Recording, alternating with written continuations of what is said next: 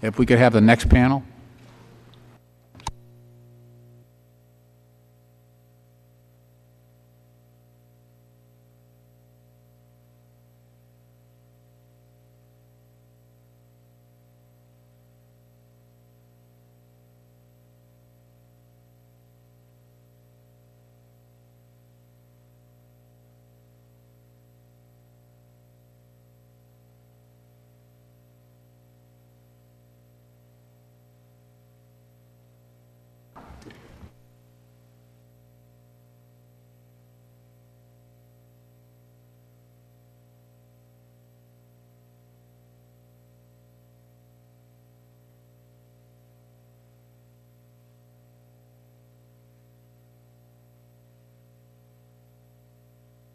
Good afternoon and welcome.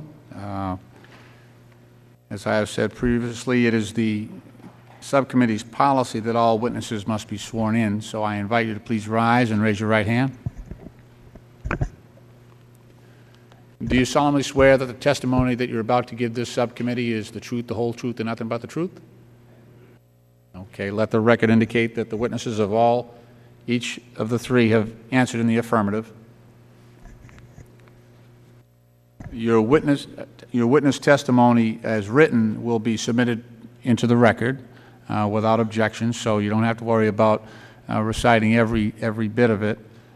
We ask you to summarize your testimony within the 5-minute limitations. Before I begin with witness testimony, I'm going to just do a brief introduction of our three panelists. Mr. Craig Simpson is a representative of the Amalgamated Transit Union, ATU Local 689. Mr. Simpson served as a bus operator for WMATA in 1974. He was elected ATU Local 689 shop steward of the Northern Bus Division in 1983 and was appointed assistant business agent for ATU Local 689 in 1989. In 1993, Mr. Simpson was appointed to fill an unexpired term of Secretary-Treasurer of the Union and later was elected to 2 full terms. He subsequently engaged in contract work for Progressive Maryland, Metropolitan Washington Council, AFL-CIO, and ATU Local 689. His current contract with ATU Local 689 as political and legislative representative began in February of 2009. Ms. Dianna Zinkel is chair for the Riders Advisory Council for Washington Metropolitan Area Transit Authority. She presides over WMATA board and staff on issues affecting riders and provides recommendations to the board and the authority on how to improve operations. Ms. Zinkel also serves as an analyst for the Government Accountability Office. Her engagements at GAO include a wide variety of issues, including intercity passenger rail restructuring. Mr. Ben Ross serves as president of the Action Committee for Transit, which advocates for public transit and transit-oriented land use in Montgomery County, Maryland. There he helped build a 30-member group into a significant force in county affairs with over 600 paid members and nearly 100 active volunteers. Mr. Ross is also the chair of the Transit First Group, a coalition of transit riders, environmental and labor groups organized to oppose cuts in WMATA funding and service. I welcome each of you, and I thank you in advance for your willingness to offer testimony before the committee. I'll begin with the customary 5 minutes, and please be aware of the little box in front of you with the lights. I'm sure you were able to observe the previous panel. Mr. Simpson, you are recognized for 5 minutes. Thank you, Mr. Chairman. Skip over a lot of my testimony and really get to the heart of an issue that's been before the subcommittee before, and that is the way that WMATA is funded. And I believe the way that it's funded drives some of the problems at WMATA. It's up till at least fairly recently largely been an obligation-based, where each local jurisdiction says that they will pay its share of the WMATA costs out of their general funds. There are some exceptions, but that's generally the way it's funded. And with a multitude of jurisdictions, you have the state of Maryland, the District of Columbia, and in Northern Virginia, in the transit zone, there are a number of local jurisdictions that actually fund WMATA, counties and cities. So each one of them facing different tax bases, different budget priorities, have different interests in funding WMATA at any given time, and different abilities at any given time. And I believe that drives some of the problems. One of the topics of this hearing was its effect on existing operations. And my criticism of the WMATA board is its parochialism in this instance. When they realized that they had a budget problem, the way they dealt with it was not to look at it from a regional perspective. They left the rail untouched, not saying that's a bad decision, but they left it untouched. And what they said was, we're going to look at the bus service, including regional bus service, lines that have been designated as regionally important that fall within our individual jurisdictions, and we're going to make a decision on what of those to cut. So the cuts fell very unevenly. Some jurisdictions came up with the money to cover their share of the deficits. Others came up with some money. Maryland, where the most severe cuts are made, it's of the 13.6 million or so in remaining deficit, almost 10 million of the bus cuts are in Maryland, and including many on major regional routes that serve federal facilities.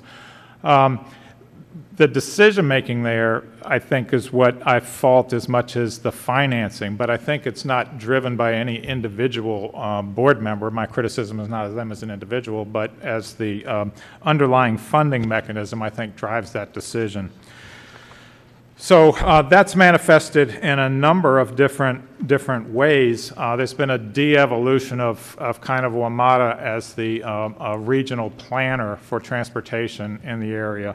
And most of the, well, in fact, all of the new proposed rail projects are really locally driven projects without any, well, I mean, there is a regional transportation planning board that acts, in my opinion, more as a clearinghouse than an actual planning board. And where WMATA's role previously had been to plan these projects, they're being driven by local decisions, some of which may or may not be true regional priorities. Improving bus service, same thing has happened. It's continually put on the back burner, and yet we could make existing improvements in bus service if regional bus service if we weren't driven by local decision making.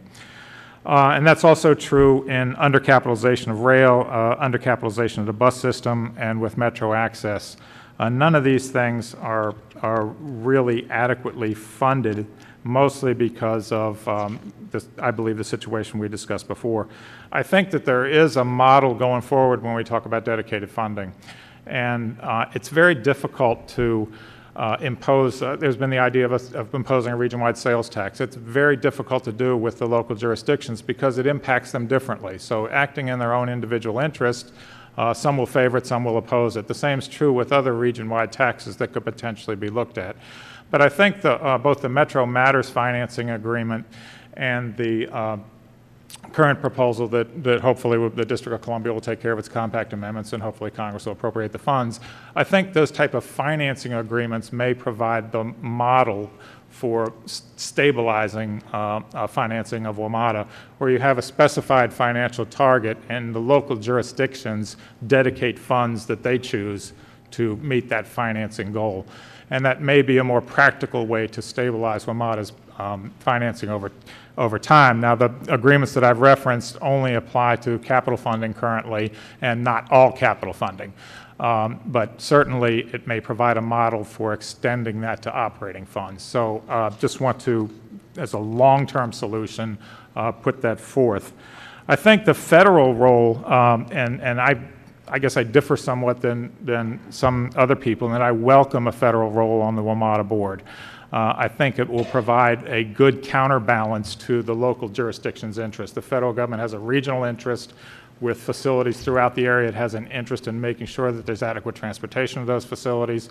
And I think in partnership with the local jurisdictions, it can help to strengthen the regional system. So I welcome the federal participation and look forward to that taking place. I hope that over time, that partnership can be expanded further. I think that this is a critical system for the federal government, and I think the investment in it will ultimately be worthwhile. The federal government does have a special relationship, obviously, with the District of Columbia, which it is ultimately responsible for, and also with this being the nation's capital, its major federal facilities located in the suburban areas as well. So with that, I'll conclude my testimony and open it for any questions afterward. Thank you. Ms. Zinkel, you're recognized for 5 minutes. Thank you, Chairman Lynch, for inviting me to testify today. My name is Dianna Zinkel, and I am the 2009 chair of the WMATA Riders Advisory Council. It is an honor for me to be here today representing the RAC and riders of public transit throughout the National Capital Region. A list of the names and jurisdictional affiliations of the other members of the RAC is included at the end of my written statement.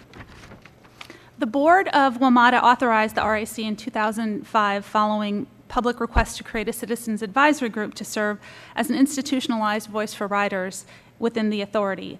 All of us are volunteers, and actually several RAC members were here earlier today. Dr. Kelsey Brackmort, who is actually an employee of the Congressional Research Service, my jurisdictional vice chair from Maryland, Patrick Sheehan, who is also chair of WMATA's Accessibility Advisory Committee, and Carl Seep. He's a student right now at American University, and he had to get to class. So they did make an effort to stop in, and I was very glad to get a chance to see them today. We only meet once a month, so it was, we don't get to see each other too often. All of the RAC members are committed transit riders, some of us by choice, some of us because driving is not an option for us. 6 of us are car-free. We use bus, rail, and metro access. We walk and we bike. I myself have never owned a car. I've used transit my whole life, in large part because my own mother could not hold a driver's license. She was transit dependent, and when my dad was at work, that meant we were too. We weren't the only ones. Lots of folks in my hometown of Green Bay, Wisconsin used and needed the bus. And many of those bus routes that I used to take back in the 70s and the 80s actually are still there today in Green Bay, exactly where they were. Another community actually with excellent bus service is Honolulu, which is where my mother went to high school. And when we used to visit my grandparents in the 80s and the 90s, a lot of the buses that she took in the 50s were still there. So I learned how to live a transit-oriented life from my mom, and I find it a rewarding experience to experience my community by foot, by bike, by bus and rail, and all RAC members do feel the same. There are 4 points I would like to make today in my oral statement. First, WMATA provides basic transportation to residents of the National Capital Region. It is central to how many residents of the region live, work, and play. It also serves visitors from all over the nation and the world. For transit-dependent individuals, WMATA is a lifeline to jobs, medical appointments, religious services, and groceries. It prevents drunk and tired driving and keeps the region moving in inclement weather. 2, RAC members are very supportive of recent and anticipated changes to improve bus service. For instance, the new hybrid buses, smart trip readers on all buses, the Next Bus program, and the Bus Priority Corridor Network. And let me just take a moment to say what an honor it was, I think, for everyone involved in WMATA to have the Vice President visit the bus facility in Landover, Maryland last week, acknowledging WMATA's new bus programs. We hope this type of support signals renewed commitment to existing and expanded bus service. This is the type of commitment that is needed to support reliance on bus service and generate development around bus lines, similar to the development that you see around rail lines. And you do see that kind of support in some communities for bus service. My third point today is that RAC members are a bit concerned that the pace of some of the recent operational changes in WMATA may be too fast for some riders, particularly transit-dependent vulnerable populations. We feel that WMATA and the public would benefit from earlier and more meaningful opportunity for public input into such changes. For example, the elimination of paper transfers is one example. This was done through a budget process with little opportunity for public input before the decision was made.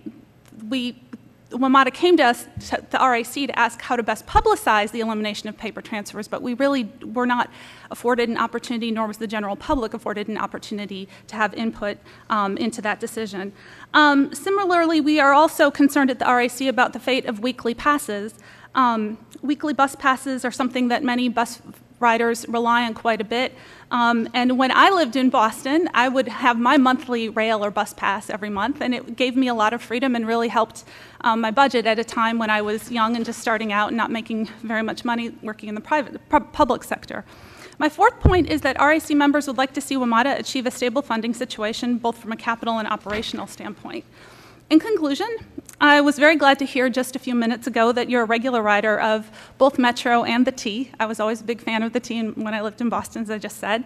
And I would say that further information about the RAC, including meeting minutes, handouts, and bylaws, can be found on our webpage on the WMATA website. I would also like to thank all of the members of the RAC, everyone at WMATA, my family, my coworkers at GAO, who've been very tolerant for the past few weeks, and all of my friends and neighbors for their advice and support. And finally, I would like to thank the subcommittee for this opportunity to speak, and I'm happy to answer any questions you may have. Thank you, Ms. Zinkel. Mr. Ross, you're recognized for 5 minutes. Thank you very much, Mr. Chairman. I'm very happy to have this opportunity to give you a rider's view of Metro. I'm going to focus on the root causes, try to focus on the root causes of these financial problems that we've been talking about this morning. And I'll start off with a take-home message. There's a conventional wisdom out there that says that highway projects are supported by user fees while transit is subsidized. And that's really no longer true. In my written testimony, I compared Metro's funding to the total... I'm sorry, Mr. Yes. Ross, I missed that. Yes. I missed that. Repeat that point again. Yes.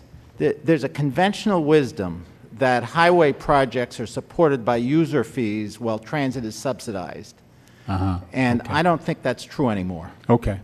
And I did an analysis in my written testimony comparing Metro's funding sources with the total of all of Maryland's state highway programs. What I found was that riders are paying 32% of Metro costs. That's capital plus operating and including the Dulles Rail project. And the drivers are paying for only 20% of the highway program. Now, this is a deeply rooted trend. It's not just in Maryland. I'm sure if I looked at other states, I would get similar numbers. And at the federal level, you see the Highway Trust Fund that used to be flush with money is now borrowing from the general fund. And the state and federal transportation budgets are being squeezed by this decline in revenue from road users. And Metro is caught in that squeeze, and I think that's really the underlying reason that we're threatened with loss of service. I think people have been talking at hearings and this morning about the hardships that are going to be caused by some of these cuts, and it's especially true in Washington, well, it's the same in Boston, that housing is very expensive, and you can really do bad things to a family budget if you're forced to buy a car when you didn't need one. Now, as people have also said, these cuts are coming at a time when more people are riding transit. Metro ridership is up 42% in 10 years.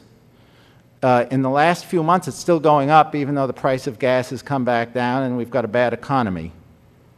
And that's happening, and I think Congressman Bilbray had some very good things to say about that, which is that Metro has become a way to live, not just a commute.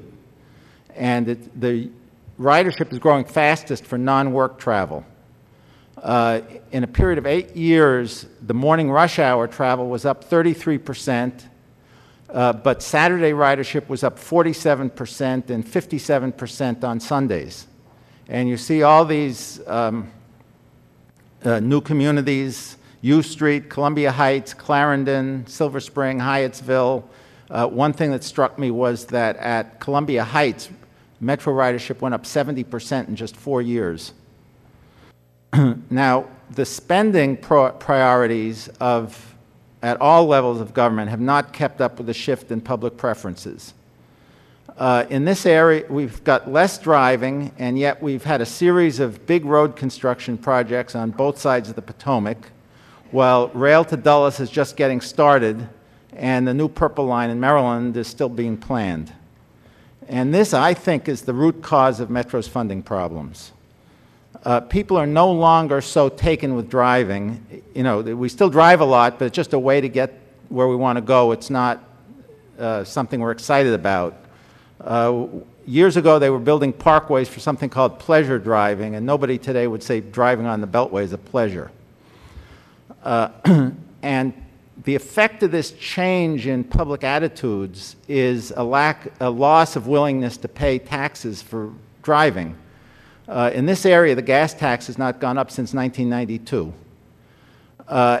And that's squeezing the entire transportation budget at all levels, and the net effect is, after a series of pass-throughs, that Metro riders are being hit for money to fill the gaps that are caused by lack of willingness to pay for roads. And really, the public has spoken for a shift in priorities from roads to transit. Really, it's spoken twice, once with its feet by riding, and once with its votes by not wanting to pay for gas taxes. And the political system really needs to start to listen and reassess our priorities and put transit first. Thank you very much. Thank you. Let me ask a question, repeat a question that Mr. Simpson raised, and I want to ask Ms. Zinkel and Mr. Ross to respond to it.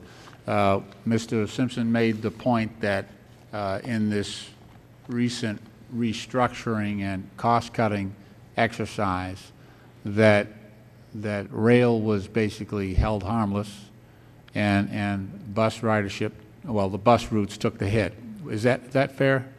That's correct. Restatement of what you said. I suspect, and look, I'm no expert. That's why we have you here. But I would think that with the fixed system, transit system, it's tougher to squeeze savings out of rail than it is to. Well, look at it this way. There's no replacement for the rail for the trains, you know, principally. But if the bus isn't there, I suppose you could take your car and go to a rail station, and so there's somewhat of a replacement there, easier than saying an alternative to the train. Train's probably a lot more attractive. I know most people where I come from love the train, hate the bus. Because buses, unfortunately, have to travel in traffic unless there's a really good dedicated bus route that they can use. What do you think, Ms. Zinkel, in terms of has you know the bus routes, have they taken the hit? What are you hearing from your members about the proposed cuts in services of these bus lines? A lot of them in Montgomery County, Maryland, and elsewhere, as Mr. Van Hollen was stating earlier today. What's your read on that? Well, our members did have some personal experience with some of the bus routes that have been proposed for either elimination or reduction in frequency. We also attended, there was at least one RAC member at every one of the recent public hearings. We've also gotten some public comments. These bus routes are very important to the people who live near them, and while there is indications that some of the routes may not have as much ridership as we would like to see, we've also gotten some, I guess what you would call qualitative feedback, that some of the quantitative information that those decisions were based on may not have been as accurate as one may have liked. Part of what came out of the public hearing process, I think, is that some of these routes may be a little bit more heavily used than we had actually believed. And certainly, as the RAC understands that essentially WMATA has to have a balanced budget and that some reduction in service may be necessary in order to balance the budget. We may not be able to come up with a completely blind set of reductions from the view of the public, something that's seamless. However, what we would like to see is reduction in frequencies, headway lengthenings, if absolutely necessary to make changes in service, cuts that result in less frequent service as opposed to complete elimination of routes. When you completely eliminate a route, you are taking a lifeline away from folks who may not have any other alternative. And unfortunately, many of the eliminations were in places where that was really, these aren't routes in central DC. They're out on more of the urban fringe in Prince George's County, out in Arlington, and you don't have the density of routes in those areas that you do here, actually inside the Beltway. And we're very concerned about any route elimination. Okay. Mr. Ross, you have anything you want to add before I go back to Mr. Simpson and allow him to rebut? Yeah, I think that the process, which was naturally political and should be, that came up with these proposals reflects reality. It's that the rail system it has tremendous, enormous support from the public, and and that's because it's something that serves all income levels. You know, it's like Social Security is always, people have resisted cuts in Congress where programs that are means tested get cut, and I think that it is a sign that when you put in a good quality of transit, it gets an enormous level of public support. And bus service is an essential part of transit, and the hope has got to be that as you upgrade the bus service, you make it attractive to more people, it will attract more public support, and that making it a higher quality of service will actually benefit all income levels because you have something that has that public support and maintains its political strength. Great. Mr. Simpson, just let me preface this by saying, you know, I think you had very thoughtful testimony, and I think you're right. I think you know, the easiest thing, the path of least resistance probably was looking at the bus routes. But a couple of things that you mentioned in your testimony. One is that some of these bus routes actually serve some pretty vital federal facilities, which, you know, concerns me, you know, from an operational aspect for our government. And also, as I have been able to travel around the district in Northern Virginia and Maryland, we have had a pattern of development of public housing. I grew up in public housing, lived there for 15 years, and I noticed that unlike in the city of Boston, the public housing developments are right downtown, or in the inner city. So we, you know, all of the inner city neighborhoods, you know, you got some struggling neighborhoods, heavy minority populations there, who are nevertheless by the T connected to the jobs. Here, the connector and the feeder for folks living in these developments that are not out in the, well, to me they seem like they're out in the boonies, but here it's just sort of how the, you know, you get a lot of farmland here and people, there's an abundance of land, so some of these major housing developments have been located outside the city center. And so you got to serve those minority neighborhoods. They need, you know, those families need to be connected to the job base. And the feeder system to get those folks connected to the jobs is really, in large part, the bus system to feed them into the rail. So how do we tackle that issue in terms of, and I know, you know, part of it, look, you're a union rep. I was a union president with the iron workers. My job was to put my people to work. That was my job. And I'm sure that you're looking at this in part of a reduction in the number of members your local's going to need in terms of driving buses. And that's a valid concern. That's a valid concern. That's a real concern, and one that I respect. How do we look at this this whole need for greater efficiency, and maybe, as Ms. Zinkel suggested, not eliminating the route, but maybe it's the frequency and timing of the buses coming into the station, the hours of service that we operate. Can we gain greater efficiencies in those variables as opposed to eliminating the whole route and then leaving those folks stranded, basically, you know, without public transportation and eliminating your members' jobs? What are you thinking on that? Well, I think that in terms of efficiencies, I think there are a lot of opportunities for bus efficiencies. And it's, in fact, one of the proposals we made to WMATA was to essentially put some money, accelerate their bus priority and BRT-like proposals to increase bus speeds, and you actually save costs.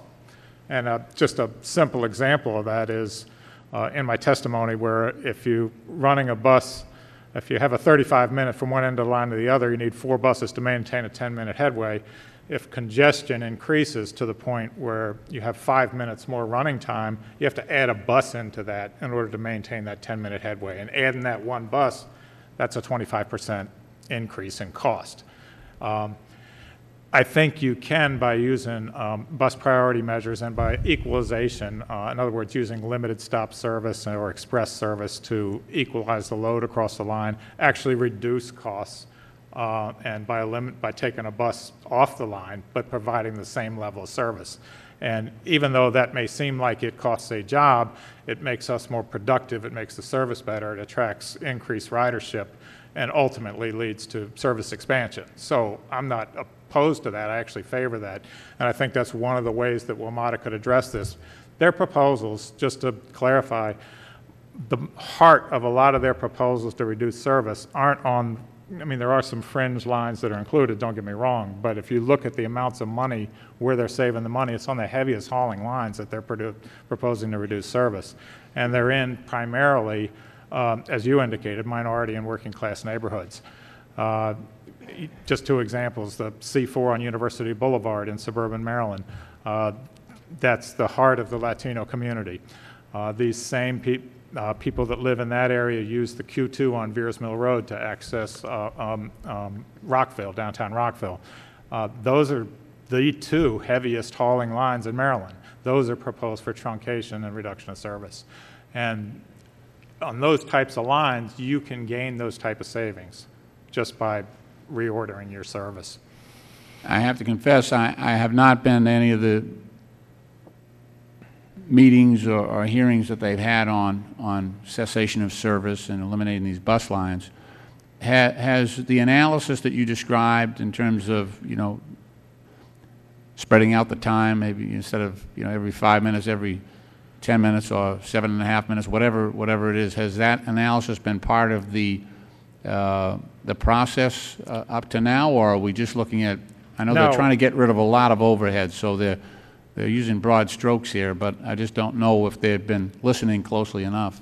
I mean, no, the proposal was mainly monetary driven. It wasn't driven by any plan, and that's part of what I argue. I mean, there are some funds that WMATA could do to bridge the gap until you had time to really examine these lines to find out where, you know, how to structure it so you could get the savings. The use of federal stimulus money is obviously one way that they could bridge the current gap. There are others. They have an operating reserve that they could use. The jurisdictions have new projects. I mean, my view is that you should protect your existing services and projects first before you build new things. And you could, I'm not saying you don't build the new things, but you could certainly slow down that and transfer monies to protect your existing services. So there's at least three immediate ways that WMATA could bridge this gap while they begin to look at more efficient ways to provide bus service. As you probably heard, they're calling me for votes again, I believe. I think we're close enough to the end, and I could throw my running shoes on, and so we could spend a little bit of time here, at least 10 more minutes, 10 to 15 more minutes before I have to run out. But as with the other two panels, I'm sure my questioning was not exhaustive or nearly adequate to cover all the issues that we have in front of us. So what I'd like to do is, starting with Ms. Zinkel, are there issues that you'd like to bring to the attention of the committee that have not been asked of you, or is there some earlier point that you really want to amplify in terms of making sure we understand the feelings of the members of your organization?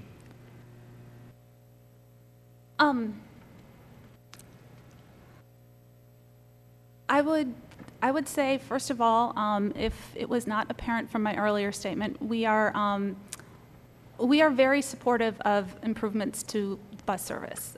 WMATA has experienced considerable improvements in recent years to the rail service, and we believe that's benefited everyone in the region, and we're very much looking forward to seeing similar types of improvement to bus service. What's a bit disheartening is that we are seeing the current bus system adjusted through a budget process right now. Not necessarily because these routes aren't soliciting the level of ridership needed to warrant having a bus, but simply because a combination of budgeting issues means that there's a shortfall and jurisdictions weren't necessarily willing to put the money on the table to meet that shortfall. Yeah. In addition, As I have said in many fora before, and I'm sure everyone is getting tired of hearing me say this, but I will reemphasize in terms of the process we went through this year with the 2010 budget, the public did not have a budget document as we have normally had in the past. And that has limited the ability for the public to participate in the WMATA budget process. Of course, as a citizens advisory group, our primary message has to be that public participation is really the key to making WMATA the best ride in the nation and keeping it the best ride in the nation. So I would hope that perhaps we've learned some lessons through this process and we can continue to engage the public or increase engagement by the general public in WMATA decision making in the future, especially early public input. Thank you. And I do, I did hear, Mr. Simpson, your criticism of the balkanized system, no offense intended to the Balkans, but the system we've got here, well, pre-existing, now that we're going to have, some federal presence on these boards, maybe it stops some of the parochial stuff with the dedicated resources here that have been projected. Maybe that does address some of the issues, but I think there's still a need to make sure that there's some equity in this whole process, and it's not just a budget exercise to the detriment of some of the poorer communities and some of the working class communities that really need the service. Mr. Ross. Yeah, I make 2 points. One is I'd like to agree with Mr. Simpson about the division, and you can see the effect very clearly. Maryland, the bus service used to be funded separately by Montgomery and Prince George's counties, and there was only one bus route that connected the two counties. Since the state took over the funding in both counties 15 years ago, we've had 3 cross-county bus routes added, and they've all been very successful. Second point is something that Mr. Cato's talked about, that is the coming need to do something about overcrowding of the downtown metro system, the core capacity, as it fills up, and 8-car trains aren't enough. That, again, is a regional problem because you need capacity in downtown to handle the people coming in from Maryland and Virginia. And it's also a big financial problem, and I think it's really important that we get on top of these system preservation funding issues quickly, because there's going to be a large demand for funding coming down the pike, first for the Purple Line in Maryland, and then even bigger for the core capacity. Those are very astute observations. Mr. Simpson, I'm going to allow you to close. Thank you, Mr. Chairman. I did want to make one other point. It's more of a long-term point, and that is hopefully that the federal role will be able to see this better, and your committee will be able to oversee it as well. The federal government, as well as jurisdictions, have put a lot of money into building up the infrastructure of WMATA, and what's happening now with rail expansion projects is they're essentially locally driven. They're probably, in fact, they will make application for federal funds, but the way that these projects are moving forward, they're not being looked at from a regional perspective, and they're not really looking at how do they integrate with the existing WMATA system. And not to belabor the point, but I think that the federal role could be crucial both in utilizing the existing funds that you've put into it. WMATA has 2 heavy overhaul shops and a 3rd one that's currently not utilized. That I'm not saying you automatically merge the systems, but at least the discussions ought to take place on how do we capitalize on what we've already done to lower the costs on any of these expansion projects. So I would once again welcome a federal role both through your committee and through the WMATA board in examining those type of regional expansion issues. Thank you. Thank you. In closing, I just want to say we have an open dialogue here. So we appreciate the valuable perspectives that you each have, because it reflects the workers and the people who use the system. And so it would help the committee greatly, I think, if before we see something bad happen, we get some information in, and maybe we can prevent that.